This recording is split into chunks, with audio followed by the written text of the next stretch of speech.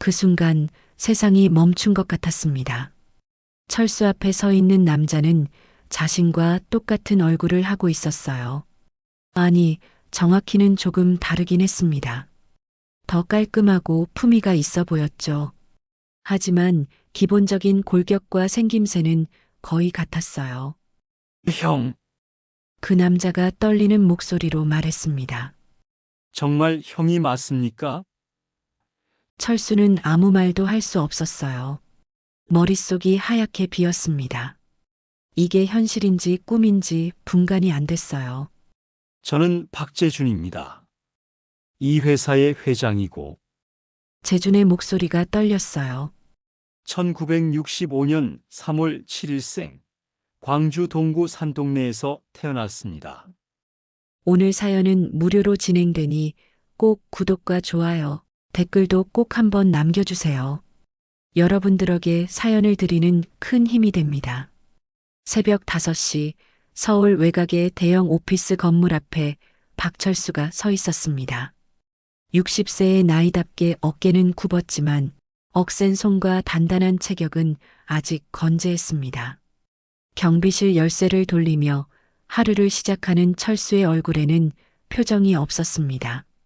아니, 표정을 만들 필요가 없었다고 하는 편이 맞겠죠. 안녕하세요. 첫 번째로 출근하는 직원이 인사했습니다. 철수는 고개만 살짝 끄덕였습니다. 말이 필요 없었어요. 어차피 그들에게 철수는 문을 열어주고 엘리베이터 버튼을 눌러주는 존재일 뿐이었으니까요. 하루 종일 같은 일의 반복이었습니다. 안녕하세요, 수고하세요, 다녀오겠습니다라는 인사와 함께 사람들이 오갔습니다. 철수는 그때마다 네, 다녀오세요라고 대답했어요. 목소리는 늘 똑같았습니다. 감정의 기복도 없고 톤의 변화도 없었어요. 점심시간이 되자 건물은 한산해졌습니다. 철수는 경비실에서 도시락을 꺼내 먹기 시작했어요. 김치찌개 막 컵라면과 삼각김밥 하나. 언제부터인가 이게 철수의 점심이 되어버렸습니다. 맛이 어떤지도 모르겠어요. 그저 배를 채우는 일일 뿐이었으니까요. 오후 2시쯤 최상층에서 내려온 정장 차림의 남자가 철수에게 다가왔습니다. 실례합니다. 혹시 성함이 어떻게 되시나요? 철수는 고개를 들었어요. 이런 질문은 처음이었습니다. 박철수입니다. 아, 그런데 혹시 어릴 적에 형제가 계셨나요? 이상한 질문이었어요.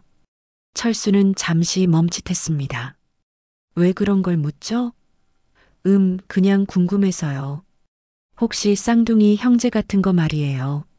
철수의 마음속 깊은 곳에서 뭔가가 꿈틀거렸습니다. 까마득히 잊고 살았던 기억이 스멀스멀 올라왔어요.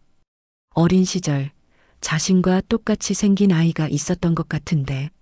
하지만 그건 너무 오래전 일이었고 확실하지도 않았습니다. 잘 모르겠습니다. 철수는 고개를 저었어요. 그런데 정작 남자의 표정이 심상치 않았습니다. 혹시 생년월일이 언제시죠? 1965년 3월 7일입니다. 남자의 눈이 커졌어요. 정말요? 혹시 태어난 곳이 어디신가요? 광주 동구 산동네였는데 왜 이런 걸 묻는 거죠? 철수는 점점 불안해졌습니다. 이런 개인적인 질문을 받아본 적이 없었거든요. 잠시만 기다려주세요. 곧 연락드리겠습니다. 남자는 급히 엘리베이터를 타고 올라갔어요. 철수는 어리둥절했습니다. 뭔가 이상한 일이 벌어지고 있다는 느낌이 들었어요. 하지만 깊이 생각할 겨를도 없이 다시 직원들이 드나들기 시작했습니다. 경비 아저씨, 택배 왔어요. 네. 엘리베이터 버튼 좀 눌러주세요. 네.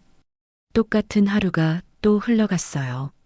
하지만 철수의 마음 한구석에는 아까 그 남자의 질문이 맴돌고 있었습니다. 형제라니, 쌍둥이라니, 그런 게 정말 있었을까요? 기억이 가물가물했어요. 저녁 6시 퇴근 시간이 되자 사람들이 우르르 몰려 나왔습니다. 수고하셨어요. 네, 조심히 가세요. 기계적인 대화가 반복됐어요. 마지막 직원이 나간 후 철수는 건물 문을 잠그고 야간 근무를 시작했습니다. 혼자 남은 건물은 조용했어요. 형광등 소리와 에어컨 돌아가는 소리만 들렸습니다. 철수는 경비실 의자에 앉아 멍하니 밖을 바라봤어요. 오늘 있었던 일이 계속 머릿속을 맴돌았습니다. 1965년 3월 7일, 광주 동구 산동네. 왜 저 사람이 그런 걸 알고 있었을까요? 새벽 2시쯤 철수는 졸음이 쏟아져 눈을 감았습니다. 꿈속에서 어린 아이 둘이 뛰어다니고 있었어요. 하나는 자신이고 다른 하나는 자신과 똑같이 생긴 아이였습니다. 그런데 그 아이의 얼굴이 선명하지 않았어요. 흐릿하고 가물가물했습니다. 다음 날 오후 철수는 평소처럼 경비실에서 건물을 지키고 있었습니다. 어제 그 이상한 질문을 했던 정장 남자의 일은 거의 잊고 있었어요. 그런데 갑자기 최상층에서 급하게 내려온 임원 한 명이 경비실로 뛰어왔습니다. 박철수 씨 맞으시죠? 숨을 헐떡이며 말하는 그의 얼굴에는 긴장감이 역력했습니다. 네, 그런데 무슨 일이신가요? 철수는 당황했어요. 이런 일은 처음이었거든요. 임원이 경비실까지 내려올 이유가 없었으니까요. 지금 당장 회장실로 올라가 주셔야 합니다. 회장실이요? 저가요? 철수는 믿을 수 없다는 표정을 지었어요. KJ홀딩스 회장실이라니. 그곳은 건물에서 가장 높은 곳이었고 철수 같은 경비원이 갈 수 있는 곳이 아니었습니다. 네, 회장님께서 직접 부르셨습니다. 서둘러 주세요. 임원의 목소리에는 다급함이 묻어 있었어요. 철수는 경비복을 정리하고 따라 나섰습니다. 마음이 두근거렸어요. 뭔가 큰일이 생긴 건 아닐까 하는 불안감이 밀려왔습니다. 엘리베이터 안에서 임원은 계속 시계를 보며 초조해했어요. 혹시 제가 뭔가 잘못한 일이 있나요? 철수가 조심스럽게 물었습니다. 아니에요. 그런 게 아니라, 직접 들으시면 아실 거예요. 애매한 대답이었어요. 최상층에 도착하자 화려한 로비가 나타났습니다. 철수는 이런 곳을 본 적이 없었어요. 대리석 바닥에 고급스러운 가구들, 벽에 걸린 명화들까지 다른 세상 같았습니다. 이쪽으로 오세요. 비서가 안내했어요. 회장실 문이 열렸습니다. 넓은 사무실 한가운데 큰 책상이 있고 그 뒤에 한 남자가 서 있었어요. 등을 돌리고 창밖을 바라보고 있던 그 남자가 천천히 돌아섰습니다. 철수는 숨이 멎는 듯 했어요. 그 순간 세상이 멈춘 것 같았습니다. 철수 앞에 서 있는 남자는 자신과 똑같은 얼굴을 하고 있었어요. 아니, 정확히는 조금 다르긴 했습니다. 더 깔끔하고 품위가 있어 보였죠. 하지만 기본적인 골격과 생김새는 거의 같았어요. 형? 그 남자가 떨리는 목소리로 말했습니다. 정말 형이 맞습니까? 철수는 아무 말도 할 수 없었어요. 머릿속이 하얗게 비었습니다. 이게 현실인지 꿈인지 분간이 안 됐어요. 저는 박재준입니다. 이 회사의 회장이고, 재준의 목소리가 떨렸어요. 1965년 3월 7일생, 광주 동구 산동네에서 태어났습니다. 혹시 기억나시나요? 우리가 쌍둥이였다는 걸 말이에요. 철수의 기억 속에서 뭔가가 되살아나기 시작했습니다. 아주 어렸을 때 자신 옆에 있던 또 다른 아이.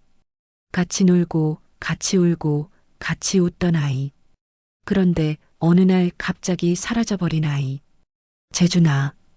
철수의 입에서 저절로 이름이 나왔어요. 맞아요, 형. 저 재준이에요. 재준의 눈에 눈물이 고였습니다.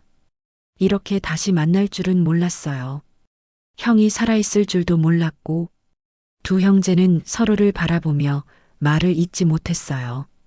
그런데 어떻게 형을 찾게 됐냐면 재준이 말을 이었습니다. 얼마 전에 건물 시스템을 점검하다가 직원 명단을 봤어요. 그런데 경비원 중에 박철수라는 이름이 있더라고요. 생년월일까지 똑같아서 혹시나 해서 확인해 본 거였습니다. 철수는 여전히 믿기지 않았어요. 그런데 넌 어떻게 여기까지 올 수 있었던 거야? 우리가 얼마나 가난했는데. 긴 이야기예요, 형. 고아원에서 좋은 가정에 입양됐고 열심히 공부해서 여기까지 왔어요. 하지만 늘 형 생각을 했습니다. 나는 고모네 집에서 자랐어. 철수의 목소리가 쉬었어요. 많이 힘들었지. 구박도 받고 제대로 공부도 못했고 그래서 이렇게 경비 일을 하며 살고 있는 거야. 재준의 표정이 어두워졌습니다. 형, 미안해요. 정말 미안해요. 제가 형을 찾았어야 했는데. 아니야, 내가 미안할 게 뭐가 있어. 운명이었던 거지. 두 형제는 오랫동안 서로를 바라봤어요. 60년 만에 재회였습니다. 같은 얼굴이지만 완전히 다른 삶을 살아온 두 사람. 한 명은 재벌 회장이 되었고 한 명은 경비원으로 살고 있었어요. 형, 이제 함께 지내요. 제가 모든 걸 해드릴게요. 재준이 간절하게 말했습니다. 하지만 철수는 고개를 저었어요. 아니야, 재준아. 나는 이미 이런 삶에 익숙해졌어. 갑자기 바뀔 수는 없어. 재준은 철수의 말을 듣고 안타까운 표정을 지었습니다. 형, 그래도 이제 가족이 생긴 거잖아요. 혼자 살 필요 없어요. 하지만 철수는 여전히 머뭇거렸어요. 60년 동안 혼자 살아온 사람이 갑자기 바뀌기는 어려웠거든요. 재준아, 우리가 어떻게 헤어지게 됐는지 기억나? 철수가 조심스럽게 물었습니다. 재준의 얼굴이 어두워졌어요.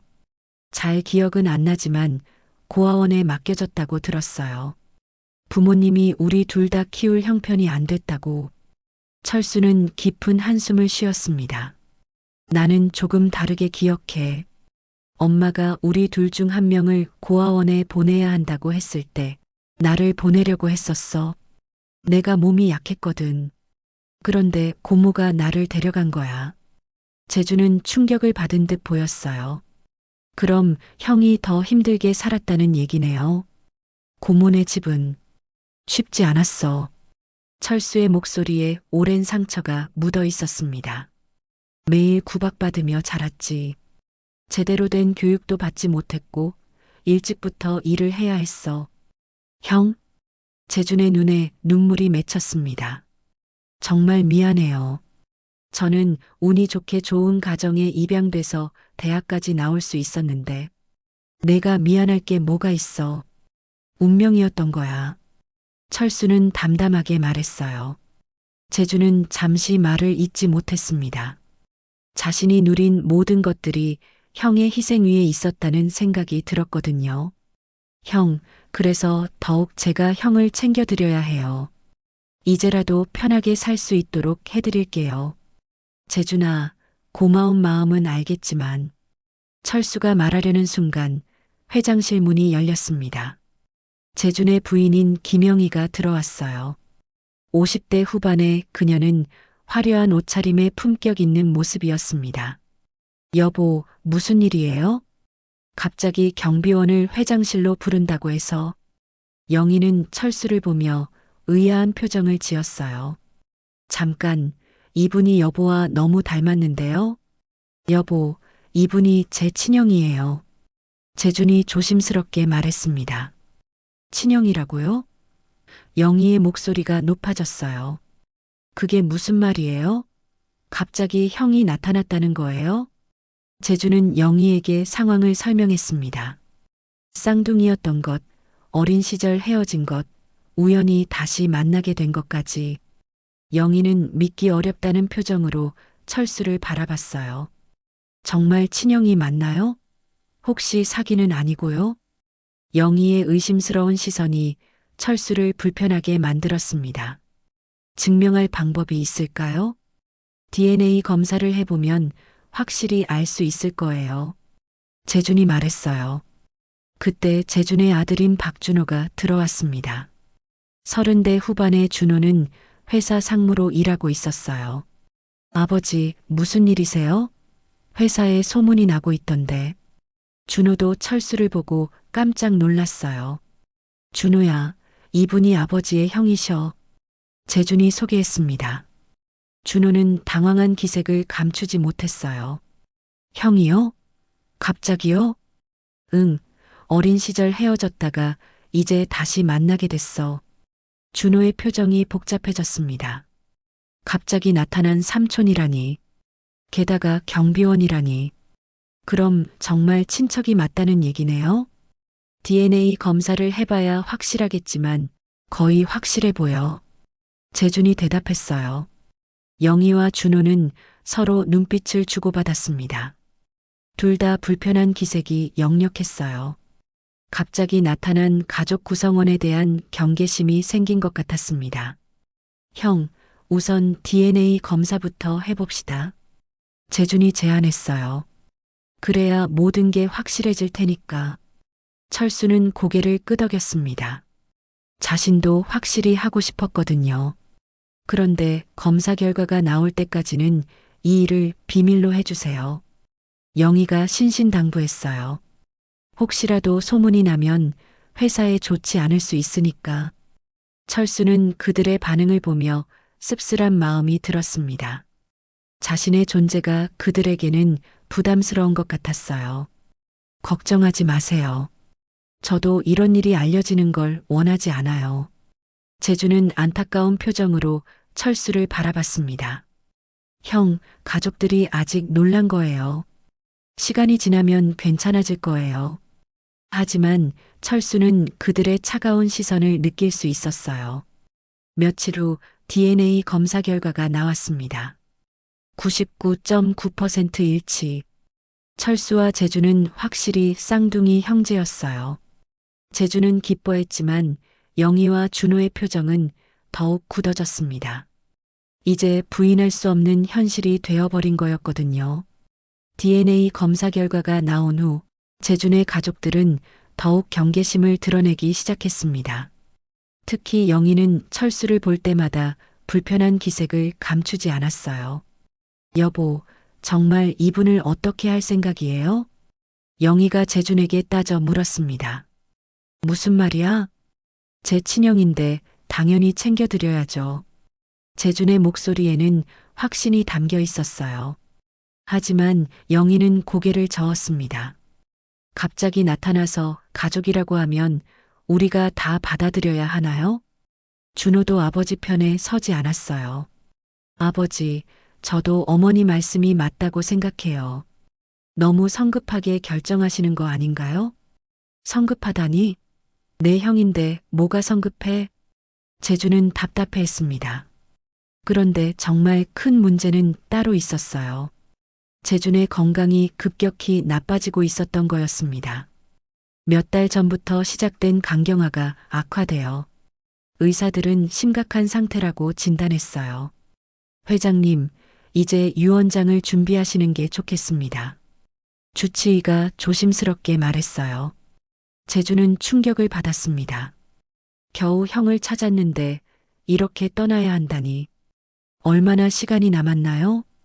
길어야 몇 개월 정도로 보입니다. 의사의 대답에 재준의 마음은 무너졌어요. 그날 밤 재준은 변호사를 불러 유언장을 작성하기 시작했습니다. 그리고 그 내용 중에 철수에게 회사 주식 15%를 남긴다는 조항을 넣었어요. 회장님, 정말 이렇게 하시겠습니까? 변호사도 놀랐습니다. 네, 확실합니다. 제 형이니까 당연히 물려받을 권리가 있어요. 재준의 의지는 확고했어요. 하지만 이 소식이 가족들에게 알려지자 난리가 났습니다. 여보, 정신이 나간 거예요? 영희가 소리쳤어요. 갑자기 나타난 사람에게 회사 지분을 준다고요? 그럼 우리는 뭐가 되는 거예요? 당신들에게도 충분히 남겨줄 거야. 하지만 형에게도 줘야 해. 재주는 물러서지 않았어요. 준호도 격렬히 반대했습니다. 아버지, 이건 말이 안 돼요. 저 사람이 정말 가족이 맞는지도 의심스러운데 갑자기 회사 지분을 준다고요? DNA 검사로 증명됐잖아. 그것만으로 충분하다고 생각하세요? 며느리인 서지은도 가세했어요. 아버지, 저희도 이해할 수 없어요.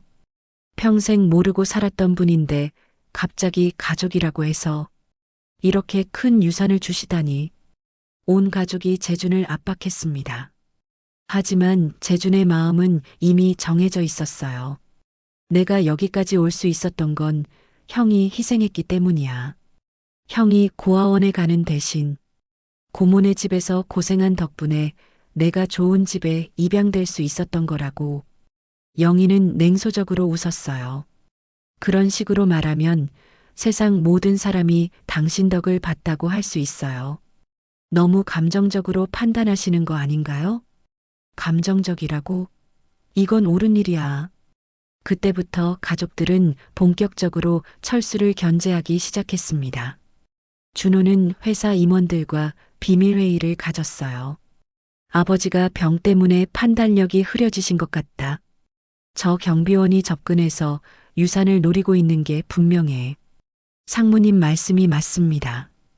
갑자기 나타나서 형이라고 주장하는 게 수상하죠. 임원들도 동조했어요. 우리가 뭔가 대책을 세워야 할 것 같은데요. 영희도 따로 사람들을 만나며 여론을 조성하기 시작했습니다. 정말 기가 막혀요. 평생 얼굴도 본 적 없던 사람이 갑자기 나타나서 가족이라고 하는 거예요. 뭔가 의도가 있는 것 같아서 무서워요. 상황은 점점 나빠졌습니다. 회사 내부에서도 수군거리는 소리가 들리기 시작했어요. 회장님 친형이라는 경비원 때문에 난리라던데? 정말 친형이 맞나? 뭔가 이상하지 않아? 철수는 이런 분위기를 눈치챘습니다. 사람들이 자신을 보는 시선이 달라졌어요. 의심과 경계의 눈빛이었습니다.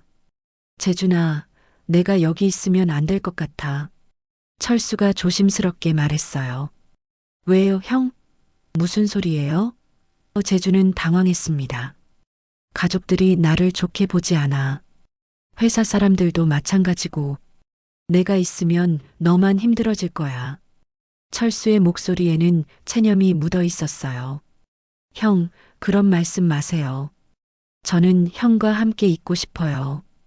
재준의 간절한 마음이 전해졌습니다. 하지만 철수는 이미 마음의 준비를 하고 있었어요. 자신 때문에 재준이 가족들과 갈등을 겪는 모습을 더 이상 보고 싶지 않았거든요. 그런데 가족들의 견제는 여기서 그치지 않았습니다. 더 큰 계획을 세우고 있었거든요. 철수를 완전히 제거할 방법을 찾고 있었어요. 준호와 영희는 더 이상 기다릴 수 없다고 판단했습니다. 재준의 건강이 나빠질수록 철수의 입지는 더 강해질 것 같았거든요. 어머니, 이제 결단을 내려야 해요. 준호가 영희에게 말했어요. 저 사람을 완전히 제거해야 합니다. 어떻게? 영희의 눈에 차가운 빛이 돌았어요. 언론을 이용하는 거예요. 저 경비원이 아버지의 유산을 노리고 접근했다는 식으로 기사를 내는 거죠. 준호의 계획은 치밀했습니다.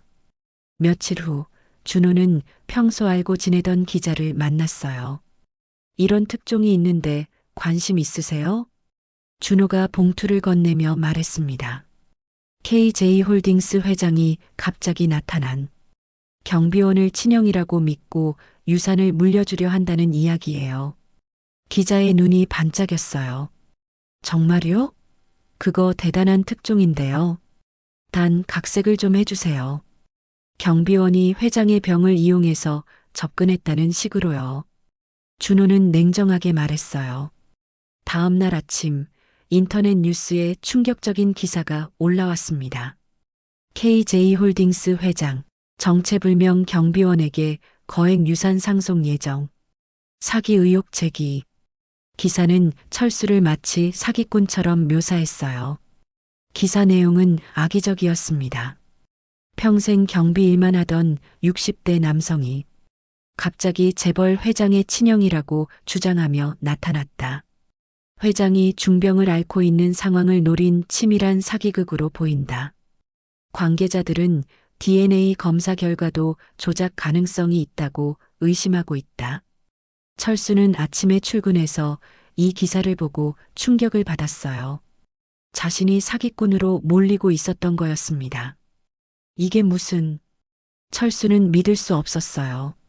자신은 아무것도 요구한 적이 없었는데 말이에요.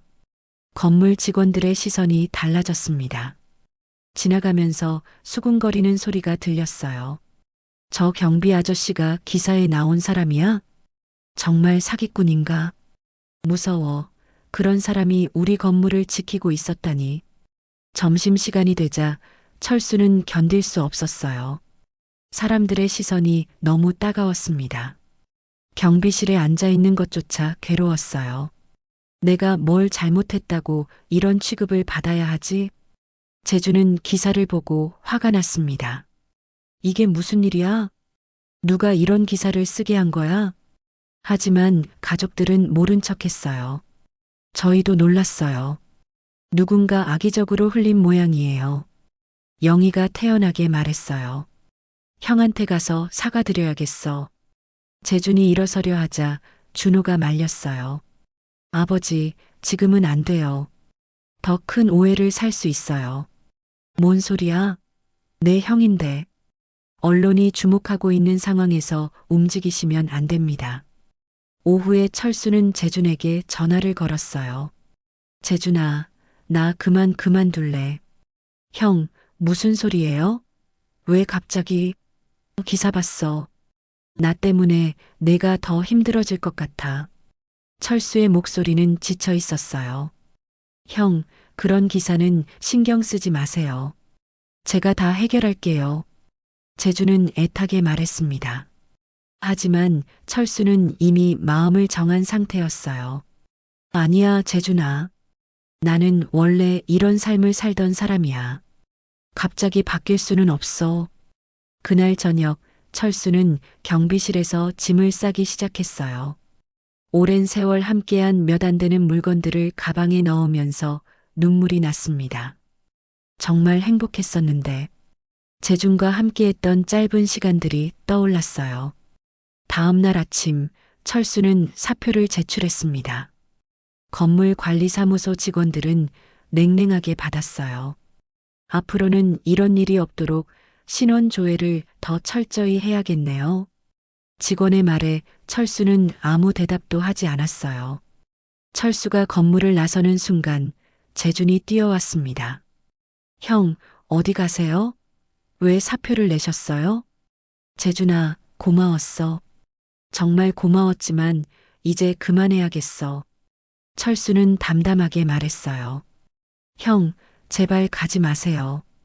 저 혼자 두고 가시면 안 돼요. 재준의 눈에 눈물이 고였습니다. 넌 좋은 가족이 있잖아. 나는 원래 혼자였어. 철수는 재준의 어깨를 가볍게 두드렸어요. 철수는 다시 일용직 일터로 돌아갔습니다. 건설 현장에서 막노동을 하며 하루하루를 버텨나갔어요. 몸은 예전보다 더 힘들었지만 마음은 오히려 편했습니다. 복잡한 인간관계에서 벗어날 수 있었거든요. 동네 사람들도 철수를 이상하게 봤어요. 기사가 인터넷에 퍼지면서 철수의 정체가 알려졌거든요. 저 사람이 그 사기꾼이래. 재벌한테 빌붙으려다 들통났다던데. 수군거리는 소리가 들렸습니다. 철수는 작은 고시원으로 이사했어요. 월세도 저렴하고 사람들과 마주칠 일도 적었거든요. 밤이면 재준이 생각났습니다. 잘 지내고 있을까? 하지만 연락할 용기는 나지 않았어요. 한편 재준의 병세는 더욱 악화되고 있었습니다. 의사들은 더 이상 희망이 없다고 했어요. 재준은 마지막까지 철수를 찾으려 했지만 가족들이 막았습니다. 지금은 치료에만 집중하세요. 재준의 병세가 위독해지자 그는 마지막 힘을 짜내어 중요한 결정을 내렸습니다. 가족들 몰래 변호사와 비디오 제작진을 병실로 불렀어요. 제가 죽기 전에 꼭 남겨야 할 말이 있습니다. 재준의 목소리는 약했지만 의지는 확고했어요. 회장님, 지금은 몸을 추스르시는 게 먼저 아닌가요? 변호사가 걱정스럽게 말했습니다. 아니에요. 지금 하지 않으면 영원히 못할 말이에요. 재준은 침대에서 일어나 앉으려 했어요. 카메라가 돌아가기 시작했습니다. 재준은 깊은 숨을 쉬고 말하기 시작했어요. 저는 KJ홀딩스 회장 박재준입니다. 제가 이 영상을 남기는 이유는 제 유일한 가족인 형 박철수에 대해 말씀드리기 위해서입니다. 저와 형은 1965년 3월 7일 광주에서 태어난 쌍둥이입니다. 어려운 형편 때문에 어린 시절 헤어졌지만 최근에 기적처럼 다시 만날 수 있었어요. 하지만 제 가족들이 형을 받아들이지 못했습니다. 재준의 목소리가 떨렸어요. 형은 저 대신 고생했습니다. 제가 좋은 가정에 입양되어 교육받을 수 있었던 건 형이 희생했기 때문이에요. 형이 고모네 집에서 구박받으며 자란 덕분에 저는 여기까지 올 수 있었어요. 그런데 어떤 사람들이 형을 사기꾼으로 몰아세웠습니다. 형은 제게 아무것도 요구한 적이 없어요. 오히려 제가 형에게 해드리고 싶었던 겁니다. 하지만 형은 저를 위해 스스로 물러나셨어요. 재준은 잠시 말을 멈추고 물을 마셨어요. 계속 말하기가 힘들었지만 포기할 수 없었습니다. 저는 제 모든 재산 중 15%를 형에게 물려주고 싶습니다. 이건 형의 당연한 권리이고 제 마지막 소원입니다. 만약 누군가 이 유언에 반대한다면 그 사람은 제 진심을 이해하지 못하는 겁니다. 형은 평생 저를 위해 희생하셨어요. 이제 제가 형을 위해 뭔가 해드릴 차례입니다. 영상 촬영이 끝나자 재준은 정식 유언장도 다시 작성했어요. 변호사가 모든 절차를 법적으로 완벽하게 처리했습니다. 회장님, 이 유언장은 법적으로 완전 무결합니다. 누구도 번복할 수 없어요. 그런데 이 모든 일을 준호가 눈치챘어요. 병실 밖에서 엿듣다가 아버지가 뭔가 중요한 일을 하고 있다는 걸 알았거든요. 어머니, 아버지가 또 무슨 일을 꾸미고 계세요. 영희는 불안해했어요. 설마 또 그 경비원 얘기는 아니겠지? 아마 그럴 거예요. 우리가 더 빨리 움직여야 할 것 같아요. 준호의 표정이 어두워졌습니다.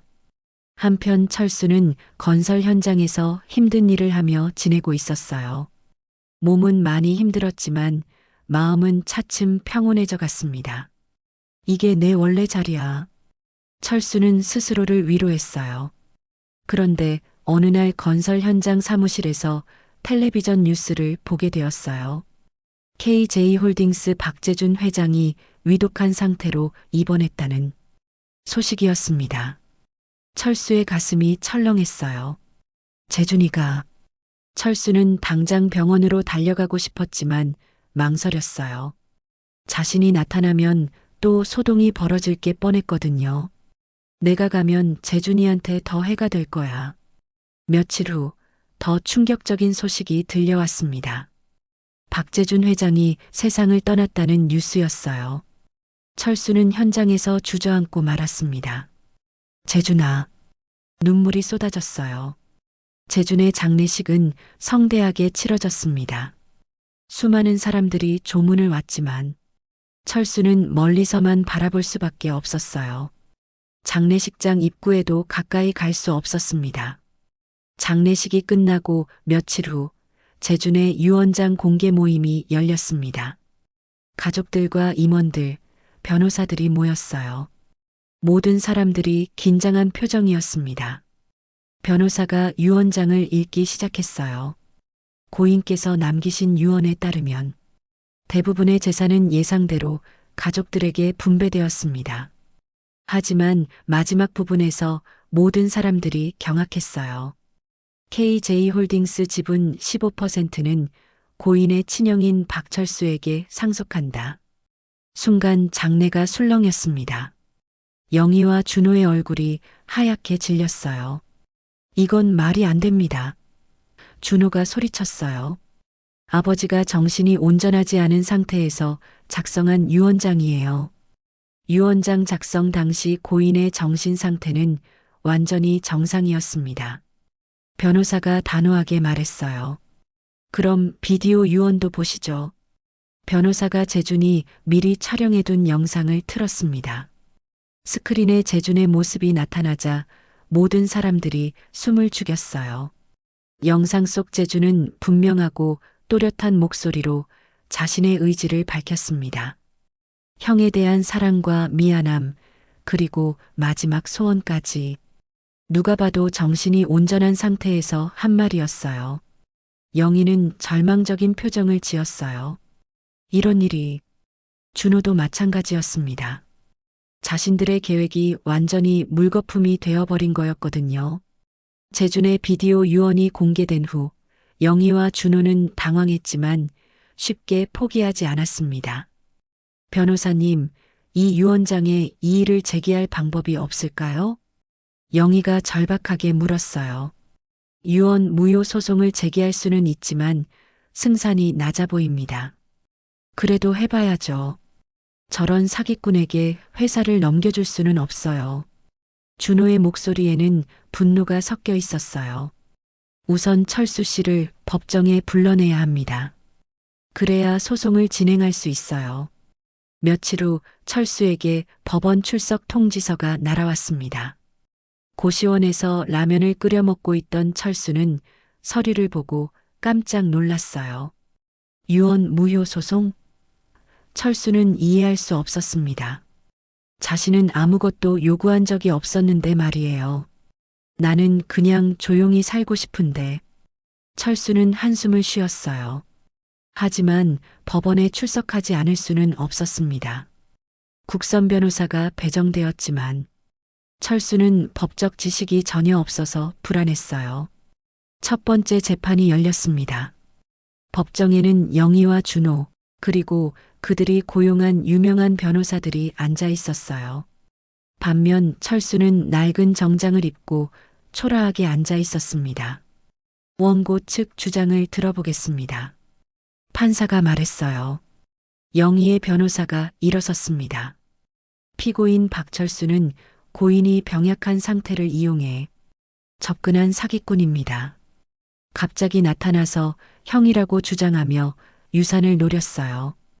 고인과 피고인의 관계도 의심스럽습니다. 60년 동안 연락 한 번 없던 사람이 갑자기 나타났다는 게 상식적으로 말이 안 됩니다. 변호사의 주장은 공격적이었어요. 철수의 국선 변호사가 반박했습니다.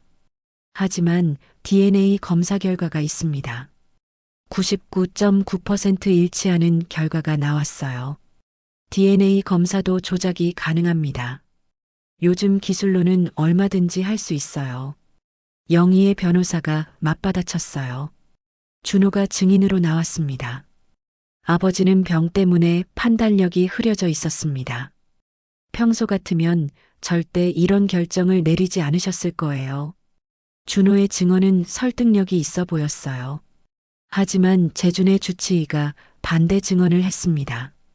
회장님은 유언장 작성 당시 정신이 완전히 맑으셨습니다. 병으로 인한 인지 능력 저하는 전혀 없었어요. 의사의 증언이 상황을 바꿔놓았어요. 그런데 여기서 결정적인 증거가 나왔습니다. 재준이 생전에 은행에 맡겨둔 추가 자료들이었어요.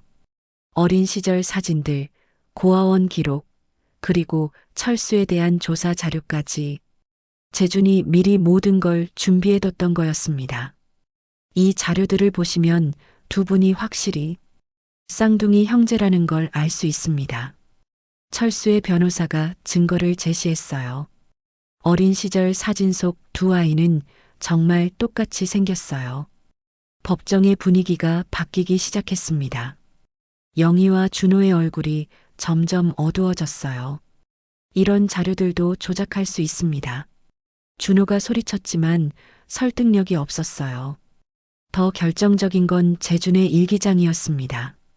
평생에 걸쳐 형을 그리워하며 쓴 일기들이 공개된 거였어요. 형이 어디서 뭘 하고 있을까? 잘 살고 있을까? 꼭 찾아서 사과하고 싶다. 재준의 진심이 담긴 글들이었어요. 철수는 일기를 들으며 눈물을 흘렸습니다. 재준도 자신을 그리워하고 있었다는 걸 알게 된 거였어요. 재준아. 철수의 목소리가 떨렸습니다. 피고인 박철수 씨, 한 말씀 해주시겠습니까? 판사가 물었어요. 철수는 떨리는 목소리로 말하기 시작했습니다. 저는 정말 아무것도 바라지 않았습니다. 그냥 동생을 만날 수 있어서 행복했어요. 60년 동안 혼자 살았습니다. 가족이 있다는 게 어떤 건지도 몰랐어요. 그런데 재준이가 형이라고 불러줬을 때 정말 기뻤습니다. 돈이나 지위는 필요 없어요. 그냥 동생이 있다는 것만으로도 충분했어요. 철수의 진솔한 말에 법정이 조용해졌습니다. 영희와 준호조차 할 말을 잃었어요. 저는 지금도 재준이를 보고 싶습니다. 하지만 이런 일로 가족들이 힘들어하는 걸 원하지 않아요. 판사는 심사숙고한 후 판결을 내렸습니다. 고 박재준 씨의 유언은 법적으로 완전히 유효합니다.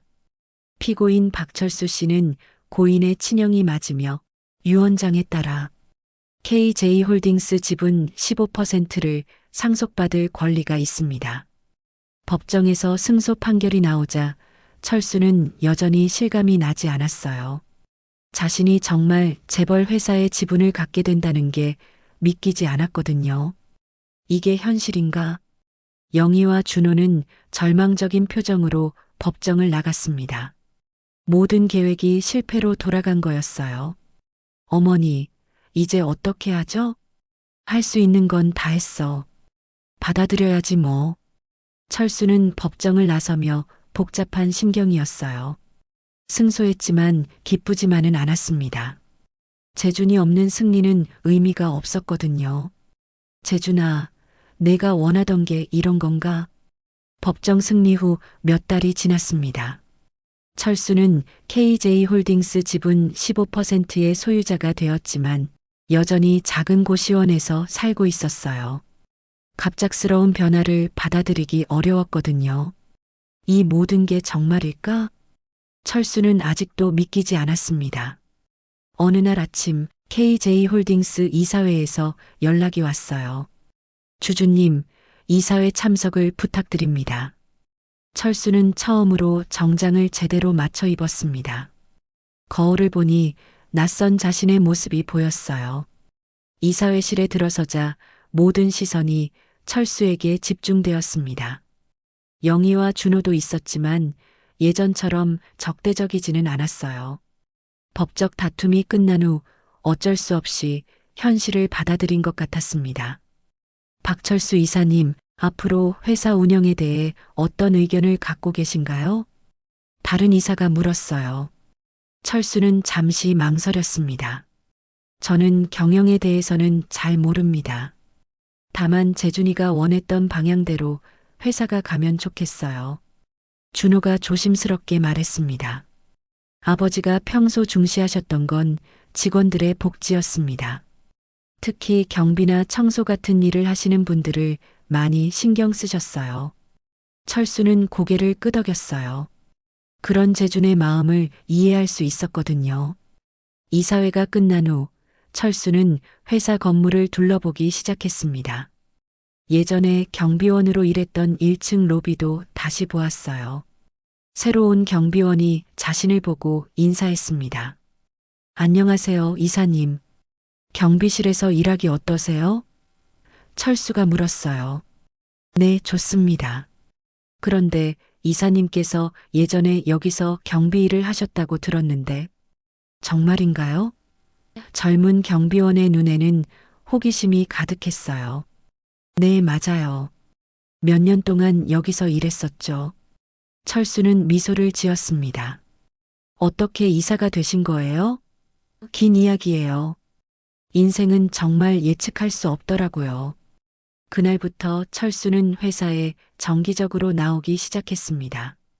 하지만 화려한 임원실 대신 1층 로비 근처에 작은 사무실을 마련했어요. 저는 여기가 편해요. 철수의 선택에 모든 사람들이 놀랐습니다. 철수는 회사의 일용직 직원들과 경비원들을 자주 만났습니다. 그들의 이야기를 들으며 회사 정책에 대한 의견을 제시했어요. 이런 분들의 복지를 더 신경 써야 합니다. 철수의 제안은 점점 힘을 얻기 시작했어요. 몇 달 후 놀라운 변화가 일어났습니다. 회사 건물 1층 로비에 새로운 명패가 걸렸어요. 박철수 고문 시설관리직. 철수는 자신의 과거를 숨기지 않았습니다. 오히려 자랑스럽게 여겼어요. 어느 날 아침, 철수는 평소처럼 1층 로비에서 직원들을 맞이하고 있었습니다. 말끔한 정장 차림이었지만 여전히 따뜻한 미소로 사람들을 대했어요. 안녕하세요. 좋은 하루 되세요. 젊은 신입 직원이 다가왔습니다. 고문님, 제가 요즘 일이 너무 힘들어서 그만두고 싶어요. 철수는 그의 어깨를 가볍게 두드렸어요. 젊은 친구, 조급해하지 마세요. 인생은 생각보다 길거든요. 고문님은 어떻게 이렇게 여유로우실 수 있어요? 저도 예전에는 매일매일이 힘들었어요. 하지만 포기하지 않고 살다 보니 좋은 일도 생기더라고요. 철수의 말에 젊은 직원의 얼굴이 밝아졌어요. 오후에 영희가 철수를 찾아왔습니다. 철수 씨, 얘기 좀 할까요? 둘은 로비 한편의 카페에 앉았어요. 제가 예전에 너무 심했죠. 사과드리고 싶어요. 영희의 목소리에는 진심이 담겨 있었어요. 괜찮습니다. 이해해요. 철수는 담담하게 말했어요. 갑자기 나타난 저 때문에 놀라셨을 거예요. 재준이가 철수 씨를 정말 아꼈구나 싶어요. 요즘 회사 분위기가 많이 좋아졌거든요. 준호도 점점 철수를 인정하기 시작했습니다. 삼촌, 아버지가 왜 삼촌을 그렇게 아꼈는지 이제 알 것 같아요. 재준이는 좋은 아들을 둔 거네요. 철수는 준호의 머리를 쓰다듬었어요. 저녁이 되자 철수는 마지막 직원을 배웅했습니다. 조심히 가세요. 빈 건물을 바라보며 철수는 재준을 생각했어요. 재준아, 내가 원하던 대로 하고 있는 것 같아. 보고 있다면 좋겠다. 그때 엘리베이터에서 내린 청소 아주머니가 철수에게 인사했어요. 고문님, 오늘도 수고 많으셨어요. 아주머니도 수고하셨어요. 내일 봐요. 철수는 따뜻하게 인사했습니다. 철수가 엘리베이터를 타고 올라가는 모습을 아래서 바라본 경비원이 동료에게 말했어요. 정말 대단한 분이야. 저렇게 높은 자리에 계시면서도 우리 같은 사람들을 잊지 않으시다니. 진짜 좋은 분이셔. 엘리베이터 안에서 철수는 자신의 모습을 거울로 보았습니다. 주름은 늘었지만 눈빛은 예전보다 훨씬 따뜻해 보였어요. 인생은 정말 신기해. 마지막에 이런 선물을 주다니. 엘리베이터가 최상층에 도착했습니다. 철수는 재준의 회장실 앞에 섰어요. 문은 이제 다른 사람이 쓰고 있었지만 철수는 여전히 이곳에서 재준을 느낄 수 있었습니다. 재준아, 고마워. 정말 고마웠어. 창밖으로 서울의 야경이 보였습니다. 수많은 불빛들이 반짝이고 있었어요. 철수는 미소를 지으며 중얼거렸습니다. 인생은 항상 생각보다 길어요. 그의 목소리에는 깊은 감사와 평온함이 담겨 있었습니다. 분희 씨, 당신이 회장님을 어떻게 꼬드겼는지 다 알고 있어요. 30년 동안 이 집에서 얌전한 척하면서 속으로는 이런 계획을 세우고 있었던 거죠? 회장님께서 혼수 상태일 때도 곁에서 속삭이며 유원장 쓰라고 부추겼을 거 아니에요. 지금까지 우리가 먹여 살려준 게 고마우면 조용히 물러나야 하는 거 아닌가요? 당신 같은 사람이 우리 가문에 발붙일 자격이나 있다고 생각해요? 오늘 황금사연극장은 무료입니다. 앞으로도 좋은 사연을 위해 구독과 좋아요, 그리고 사연의 주인공들을 위한 댓글도 남겨주세요. 감사합니다. 서울 근교의 오래된 대저택이 이른 아침 햇살을 받으며 고요히 서 있습니다. 이 집은 대기업 명신그룹의 창업주 강일도 회장이 평생을 바쳐 일궈낸 터전이었습니다. 하지만 지금은 그 위풍당당했던 주인이 중풍으로 쓰러진 지 벌써 2년째 침실에서 거의 움직이지 못하는 상태로 지내고 있었죠. 저택 안은 묘한 긴장감이 감돌고 있었습니다. 재혼한 아내 오명자는 아침부터 바쁘게 움직이며 집안 곳곳을 살펴보고 있었습니다. 명자는 올해 62의 나이에도 불구하고 여전히 단정한 모습을 유지하고 있었지만 그 눈빛에는 늘 무언가를 경계하는 듯한 날카로움이 있었죠.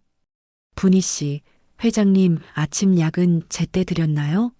명자가 부엌으로 들어서며 물었습니다. 싱크대 앞에서 설거지를 하던 정분희가 고개를 돌렸습니다.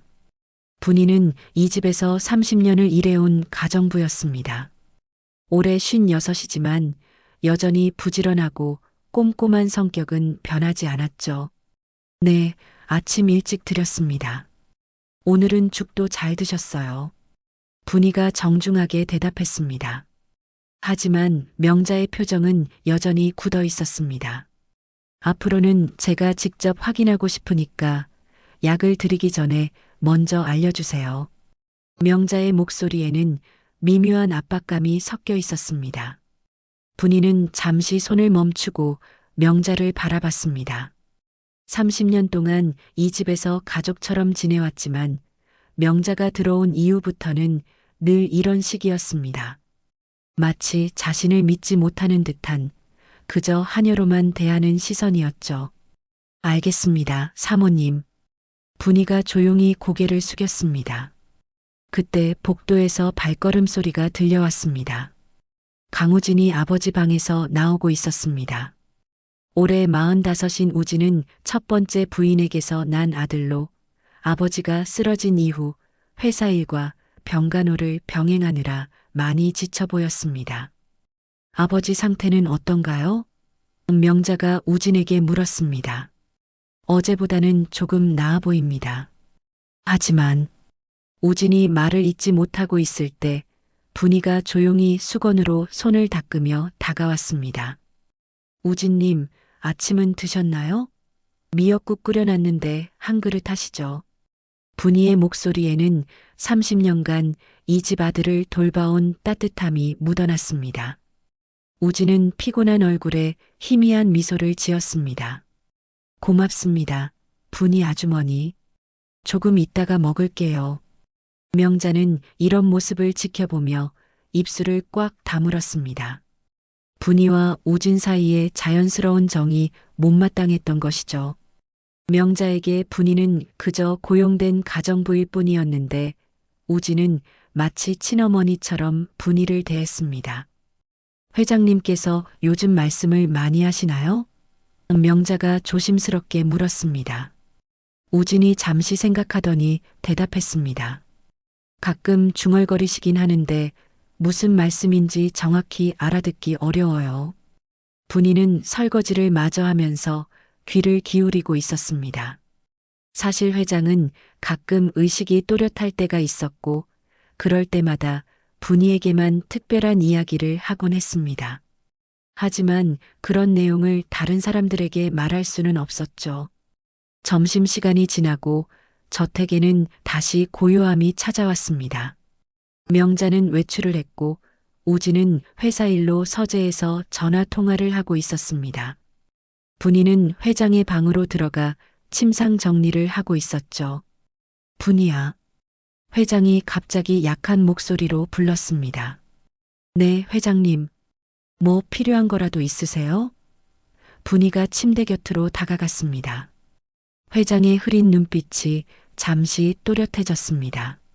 내가 얼마나 더 버틸 수 있을지 모르겠구나. 분희의 가슴이 먹먹해졌습니다. 무슨 말씀을 그렇게 하세요? 곧 좋아지실 거예요. 분이야, 내가 할 말이 있다. 회장이 간신히 손을 들어 분이의 손을 잡았습니다. 장롱, 장롱 안에. 그때 갑자기 문이 열리며 명자가 들어왔습니다. 어머, 회장님께서 깨어 계셨군요. 회장은 놀란 듯 입을 다물었고 분이는 자연스럽게 손을 빼며 일어났습니다. 침구 정리를 하고 있었어요. 분이가 담담하게 말했습니다. 명자는 의심스러운 눈빛으로 두 사람을 번갈아 보았습니다. 그리고는 분이에게 말했습니다. 분이 씨는 다른 일 보시고 제가 회장님 곁에 있을게요. 분이가 방을 나간 후 명자는 회장 곁에 앉아 조용히 물었습니다. 회장님, 분이하고 무슨 이야기를 하셨나요? 하지만 회장은 이미 다시 의식을 잃은 듯 조용히 숨만 쉬고 있었습니다. 명자는 잠시 회장의 얼굴을 살펴보다가 방 안을 둘러봤습니다. 오래된 장롱이 방 한쪽 구석에 서 있었죠. 저녁이 되자 집안은 더욱 조용해졌습니다. 우진은 아버지를 잠시 돌봐드린 후 자신의 방으로 들어갔고 명자도 일찍 잠자리에 들었습니다. 분이만이 주방에서 내일 아침 준비를 하며 혼자 남아 있었죠. 분이는 하루 일과를 마치고 나서도 쉽게 잠들 수 없었습니다. 회장이 오늘 하려던 말이 무엇이었을지 계속 생각이 났기 때문입니다. 장롱 안에 무엇이 있다는 걸까요? 30년을 이 집에서 살면서도 모르는 비밀이 있다는 게 신기하면서도 궁금했습니다. 밤이 깊어갈수록 저택은 더욱 고요해졌습니다. 하지만 그 고요함 속에는 무언가 중요한 변화가 다가오고 있다는 예감이 감돌고 있었죠. 며칠 후 저택에는 예상치 못한 방문객이 찾아왔습니다. 오후 2시경 검은 정장을 입은 중년 남성이 대문 앞에 서 있었죠. 바로 회장의 옛 비서였던 이정석이었습니다. 분이가 대문을 열자 이정석이 정중하게 인사했습니다. 안녕하세요, 분이 씨. 오랜만입니다. 어머, 이 비서님, 정말 오랜만이에요. 분이가 반갑게 맞이했습니다. 정석은 10년 전까지 회장의 오른팔 역할을 했던 사람이었습니다. 회장님 뵙고 싶어서 왔는데 괜찮을까요? 정석이 조심스럽게 물었습니다. 물론이죠. 들어오세요. 분이가 안내하며 집 안으로 들어섰습니다. 거실에서 차를 마시던 명자가 정석을 보고 놀란 표정을 지었습니다. 어머, 이 비서님이시네요. 무슨 일로 오셨나요? 정석이 자리에서 일어나 깍듯하게 인사했습니다. 사모님, 안녕하세요. 회장님, 안부가 궁금해서 찾아뵈었습니다. 명자는 미묘한 경계심을 드러내며 말했습니다. 회장님 상태가 좋지 않아서 면회가 어려울 것 같은데요. 그때 우진이 서재에서 나와 정석을 발견했습니다. 이 삼촌, 정말 오랜만이에요. 우진이구나. 많이 컸네. 정석이 따뜻하게 미소 지었습니다. 우진에게는 어릴 적부터 아버지처럼 친근했던 사람이었죠. 우진이 말했습니다. 아버지께서 깨어 계시면 분명 반가워하실 텐데요. 잠시 기다려 보시죠. 정석과 우진이 담소를 나누는 동안 명자는 불편한 기색을 감추지 못했습니다. 정석은 회장의 오랜 측근이었기 때문에 회사나 집안 사정을 너무 잘 알고 있었거든요. 그런데 우진아, 정석이 조심스럽게 말을 꺼냈습니다. 회장님께서 요즘 특별히 하시는 말씀이 있나? 예를 들어 중요한 서류나 문서에 대한 이야기 말이야. 우진이 고개를 갸우뚱했습니다. 특별한 건 없는 것 같은데요. 왜 그러세요? 정석이 잠시 망설이더니 입을 열었습니다. 사실은 회장님께서 손수 쓰신 유언장이 있다고 들었거든. 혹시 찾으셨는지 궁금해서 말이야. 이 말에 명자의 얼굴이 순간 굳어졌습니다. 유언장이요? 그런 건 본 적도 들은 적도 없는데요. 우진도 놀란 표정을 지었습니다. 아버지가 유언장을 직접 쓰셨다고요? 회장님께서 몇 년 전에 손편지로 유언장을 작성하셨다는 얘기를 들었어. 물론 확실하지는 않지만 정석이 말을 흐렸습니다. 명자가 단호하게 말했습니다. 그런 건 분명히 없어요. 있다면 제가 모를 리가 없죠. 분이는 부엌에서 차를 준비하며 이들의 대화를 듣고 있었습니다. 갑자기 가슴이 두근거리기 시작했죠. 며칠 전 회장이 했던 말이 떠올랐습니다. 장롱 안에. 정석이 다시 말했습니다. 혹시나 해서 하는 말인데 회장님의 개인 물건이나 서재, 침실 같은 곳을 한번 살펴보시는 게 어떨까요? 만약 정말 유언장이 있다면 왜 갑자기 유언장 이야기를 하는 거죠? 명자의 목소리에 날카로움이 섞였습니다.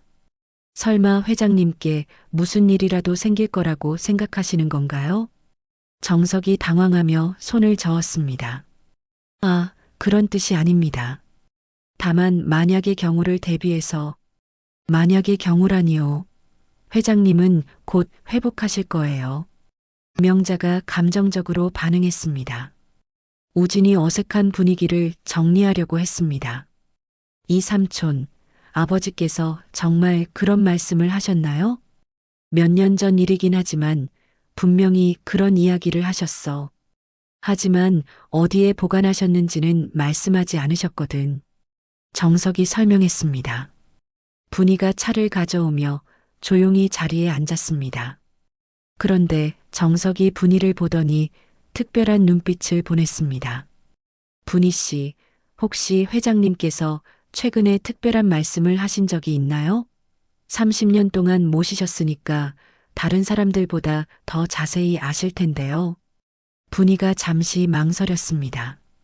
사실 회장이 며칠 전 장롱에 대해 말하려던 게 생각났지만 확실하지 않은 상황에서 성급하게 말할 수는 없었죠. 특별한 건 없었어요. 가끔 옛날 이야기를 중얼거리시긴 하지만 분이가 조심스럽게 대답했습니다. 명자가 불쾌한 표정으로 말했습니다.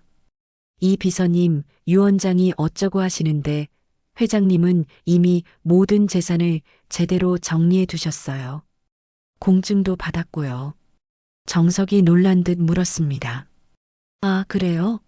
언제 그런 절차를 밟으셨나요? 회장님께서 쓰러지시기 직전에 변호사와 함께 모든 걸 정리하셨어요. 명자가 자신 있게 말했습니다. 하지만 우진은 그런 기억이 없었습니다. 제가 아는 건 없는데요. 언제 그런 일이 있었나요?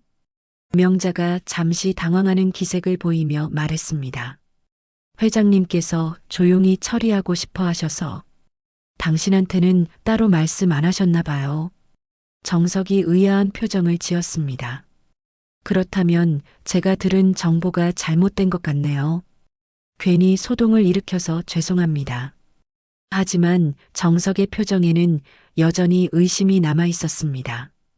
그리고 분이도 뭔가 이상하다는 느낌을 받았죠. 정석이 일어서며 말했습니다. 그럼 이만 가보겠습니다. 회장님께 안부 전해주세요. 명자가 서둘러 배웅했습니다. 네, 그러세요. 다음에 회장님 상태 좋을 때 다시 오세요. 정석이 떠난 후 집안은 다시 조용해졌습니다. 하지만 공기 중에는 미묘한 긴장감이 맴돌고 있었죠. 우진이 명자에게 물었습니다. 정말 아버지께서 유언장을 따로 만드셨나요? 당연히 없어요. 있다면 제가 모를 리 없잖아요. 명자가 단호하게 답했습니다. 그날 밤 분이는 잠들기 전에 회장의 방을 한 번 더 확인하러 갔습니다. 회장은 깊이 잠들어 있었지만 분이의 마음은 복잡했습니다. 장롱 안에 정말 무엇이 있는 걸까? 분이는 방 한쪽 구석에 서 있는 오래된 장롱을 바라봤습니다. 30년 동안 수없이 봤던 그 장롱이 오늘은 왠지 다르게 보였죠. 분이는 조용히 장롱 앞으로 다가갔습니다. 손을 문고리에 올리고 잠시 망설이다가 결국 문을 열어보기로 했습니다. 분이는 떨리는 손으로 장롱문을 살며시 열었습니다. 오래된 나무 냄새와 함께 정리정돈된 옷가지들이 보였죠.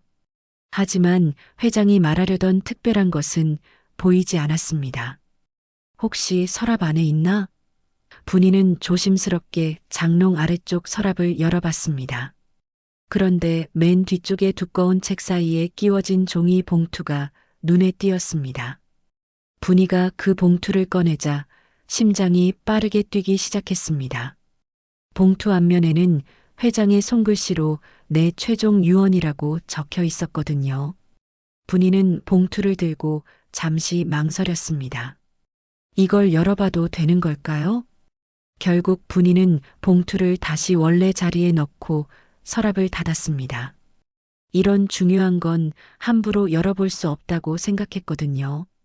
하지만 마음속으로는 계속 그 봉투가 신경 쓰였습니다. 며칠이 지났습니다. 회장의 상태는 점점 악화되고 있었고 의사는 가족들을 불러 심각한 이야기를 꺼냈습니다. 회장님의 상태가 많이 안 좋아지셨습니다. 언제까지 버티실지 장담하기 어려운 상황입니다. 의사의 말에 우진의 얼굴이 굳어졌습니다. 명자는 겉으로는 슬픈 표정을 지었지만 속으로는 다른 생각을 하고 있었습니다.